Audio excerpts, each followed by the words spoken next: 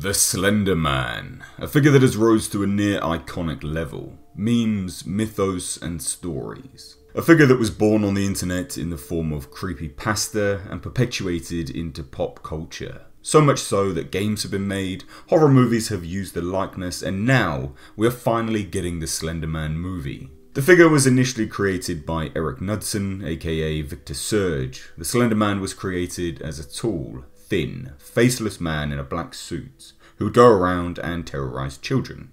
The movie has long been in the works, but now we have our first official look at anything to do with the project. This poster is the first thing to arrive. Today though, we are set to get the first trailer as well, so keep an eye out for my breakdown review of that later on once it's released.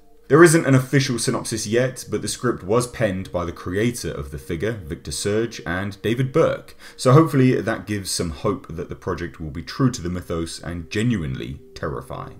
It's being directed by Sylvian White, who directed Stomp the Yard, and it is set to be on our screens May 18th of this year.